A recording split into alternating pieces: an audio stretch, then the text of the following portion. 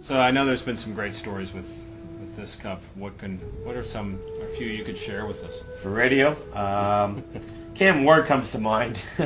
Cam Ward lives out near the Edmonton area, which is kind of interesting considering that he beat the Edmonton Oilers to win the Stanley Cup, brought it back to his hometown, and the very first thing he did with it is him and his wife had cereal out of the Stanley Cup. I can't remember what cereal it was, but they had cereal out of it, and then we took it. Then he took it to his grandmother's retirement home where all the senior citizens got pictures with it, and the grandmother actually became the celebrity and everything like that. Cam really made it about her, which is really cool, and that's the neat thing about the Stanley Cup. These guys take it around and do a lot of good things. I've seen them take it to hospitals and cheer up some kids, take it fishing, take it golfing. I've seen guys take it on top of mountains. Another player's taken it to a movie theater and eating popcorn out of it. It's been in a variety of watercrafts. Another guy, Scott Parker, and Darren McCarty have both taken it for rides on their Harleys into their Stanley Cup parties. But it's often that someone like I was stuttering through this because of the awe of the Stanley Cup. When they first get their day, they have a similar reaction. Yeah, I think it sinks in at some point. I mean, some guys even before their day comes are calling, whether it's me or the Hockey Hall of Fame, just checking and making sure everything's good to go. That there's no, their day is still coming. Sometimes I remember Bob Hartley is a prime example, who's was with Atlanta, but won it with Colorado. When he won it with Colorado, he would call maybe every other day, almost like I knew what time. Hi Bob, how are you? Mike, it's a very important.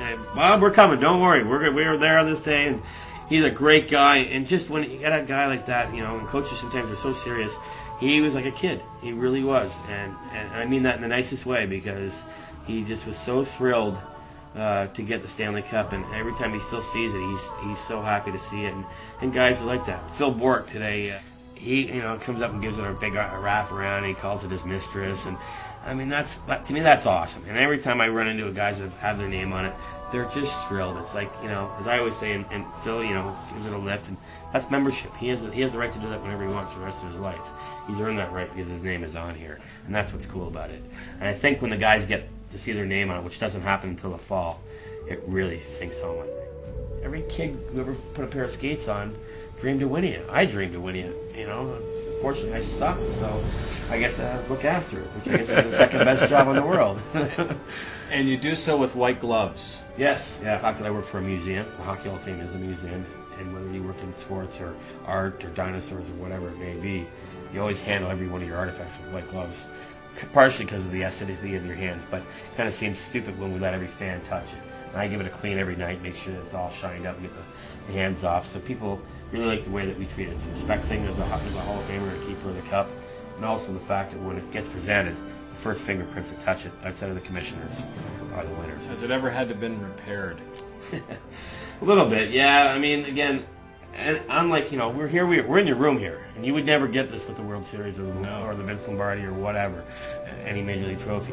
This is the People's Trophy, and this is why, we're up here in your room in your hotel. People who are listening don't realize that, and it's the People's Trophy, and that's out in the public 320 days a year. We're traveling around, and yeah, so some accidents do happen. I mean, we want to make sure the players treat it, with care and respect. But an accident can happen. If something stupid happens, there could be fines levied and stuff like that. But yeah, it's had some accidents.